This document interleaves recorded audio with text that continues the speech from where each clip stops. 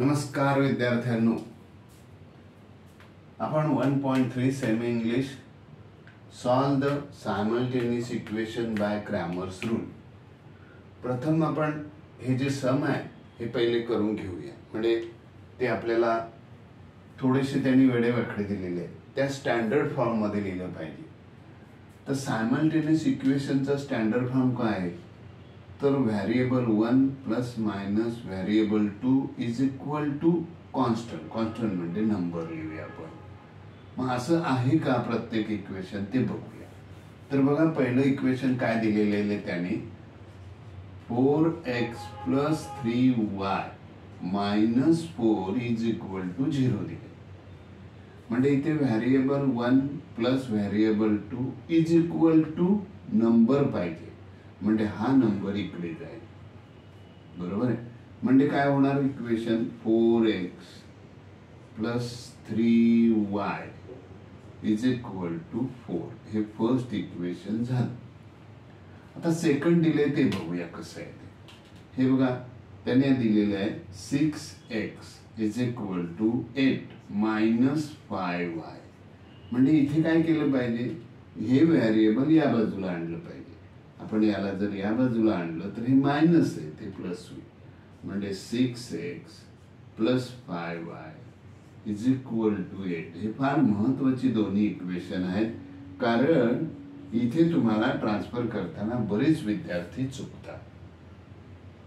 आता चला, समीकरण लिहून घेतली आपण, ती आता एका खाली एक लिहून घेऊ आणि मग क्रॅमर्स रूल काय ते बघूया.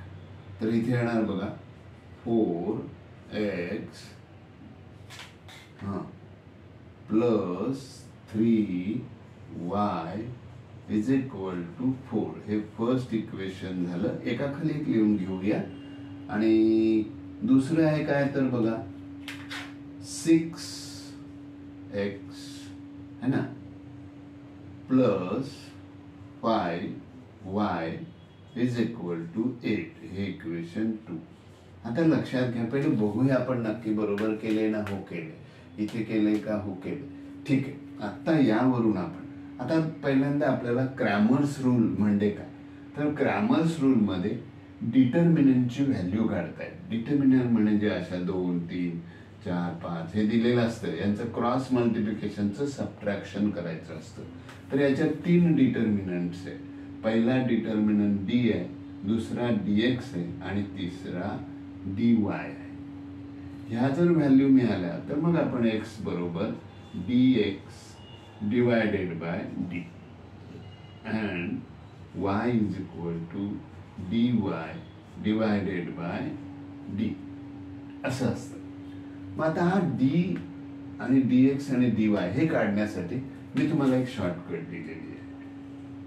हे नंबर पाठ करा, 12, 32, 13. क्रॅमर्स रूल बोलला की 12, 32, 13. आता हे 12 म्हणजे काय, तर आपल्याला या ठिकाणी आपण असं म्हणणार, देअरफॉर आपण डी ची व्हॅल्यू इथे काढूया. Therefore D is equal to, ह्याला डिटर्मिनंट घ्यायचंय. यासाठी आपल्याला काय करायचंय बाळांनो, बघा हे जे कोएफिशियंट आहेत ना, कोएफिशियंट एक्सचे, हे बघा हे वाय चे कोएफिशियंट, हे बघा, आणि हे कॉन्स्टंट नंबरचं कोएफिशियंट, सॉरी हे कॉन्स्टंट नंबर आहे, सॉरी यांना आपण नंबर देऊ. हे कॉलम झाले, हा एक कॉलम आहे, हा दुसरा कॉलम आहे आणि हा तिसरा कॉलम. याला नंबर 1 देऊया, याला 2 देऊया आणि याला 3 देऊया. हे कॉलम झाले. मग आपल्याला डी ची व्हॅल्यू काढायची, म्हणजे फर्स्ट कॉलम आणि सेकंड कॉलमचे कोएफिशियंट घ्यायचे. आता फर्स्ट कॉलम मध्ये काय आहेत बघा, 4 आहे, 6 आहे. सेकंड कॉलम मध्ये काय बघा, 3 आहे, 5 आहे. हा, मग याची व्हॅल्यू काढूया. मग पहिला हा मल्टिप्लिकेशन करतो आपण. मग इथे लिहिणार is equal to 4 into 5 minus bracket मध्ये घ्यायचं यांचं मल्टिप्लिकेशन, 3 इंटू 6. बघा, मग चला आता आपण काय होणार बघा, इथे 4 5 जा 20, मायनसचं साइन आहे घेऊया आणि 3 6 जा 18 इज इक्वल टू 2. म्हणजेच आपल्याला आता डी इज इक्वल टू 2 मिळाला. कळलं? ठीक आहे. आपण आता असं करूया, इकडे घेऊया आपण आता याची इकडे घेऊया. कोणाची व्हॅल्यू काढायची आता आपल्याला बघा. आपण कोणाची व्हॅल्यू काढायची आहे तर डी ची झाली. डी म्हणजे 12. आपण हे बघा 12 आता सध्या लिहून ठेवा, नंतर नका लिहू. मग dx काढायचं आहे बघा. dx तर dx म्हणजे 32 म्हणजे थर्ड कॉलम आणि 2 कॉलम मधील नंबर घ्यायचा. हा थर्ड कॉलम आहे बघा. या थर्ड कॉलम मध्ये कोण आहेत? 4 8 आणि 2 नंबरच्या कॉलम मध्ये काय? 3 5. चला यांचं मल्टिप्लिकेशन करूया आणि सबट्रॅक्शन पण करूया. मग इथे येणार 4 इंटू 5 मायनस हे ब्रॅकेट मध्ये नेहमी 3 इंटू 8. चला 4 इंटू 5 20 झाले. 8 3 जा 24 झाले आणि इथे मायनस. इथे मात्र बी केअरफुल, काळजीपूर्वक लक्ष द्या. इथे विद्यार्थी चुकतात. इथे पहिला मोठा नंबर लार्जर नंबर 24 आहे, त्यामधून 20 मायनस करा. 24 मधून 20 मायनस केला तर 4 आलं आणि मोठ्या लार्जर नंबरचं साइन द्या. हा तुमचा dx झाला. कळलं? हा तुमचा dx झाला. अजून dy काढायचा आहे. चला dy काढूया. dy ला कोणता नंबर दिलाय बरं आपण? 30. हा काय बरं? 32 आपल्यासाठी आहे. नंतर परीक्षेत नका लिहू, नाही लिहिलं तरी चालेल. हा आपला dy काढायचा आहे. मग dy ला कोणता कॉलम येणार? फर्स्ट कॉलम आणि थर्ड कॉलम. आता फर्स्ट कॉलम काय? 4 6. मग इथे लिहूया 4 6 बरोबर. आणि थर्ड कॉलम काय? 4 8. चला याचं काय कॅल्क्युलेशन करूया. Sorry multiplication. इथे लिहिणार काय? Is equal to 4 into 8 minus हा मल्टिप्लिकेशन ब्रॅकेट मध्ये 4 इंटू 6. 8 4 जा 32 आणि 6 4 जा मायनस 24. आता 32 मधून 24 मायनस गेले तर आपल्याला आले 8 आणि ही मोठी संख्या लार्जर नंबर 32 आहे, त्याचं प्लस साइन येईल म्हणजे इथे येणार dy इज इक्वल टू 8. आता आपल्याला माहित आहे x इज इक्वल टू कसं काढतात ते. मग आपण इथे लिहिणार by Cramer's rule. By Cramer's rule. काय बरं क्रॅमर्स रूल आहे?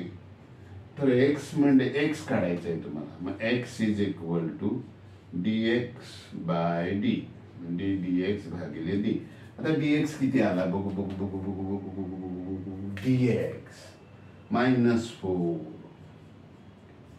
d किती आलाय बघा. d d d d हाय 2. 2 ने डिवाइड करूया. 2 1 जा 2 2 जा.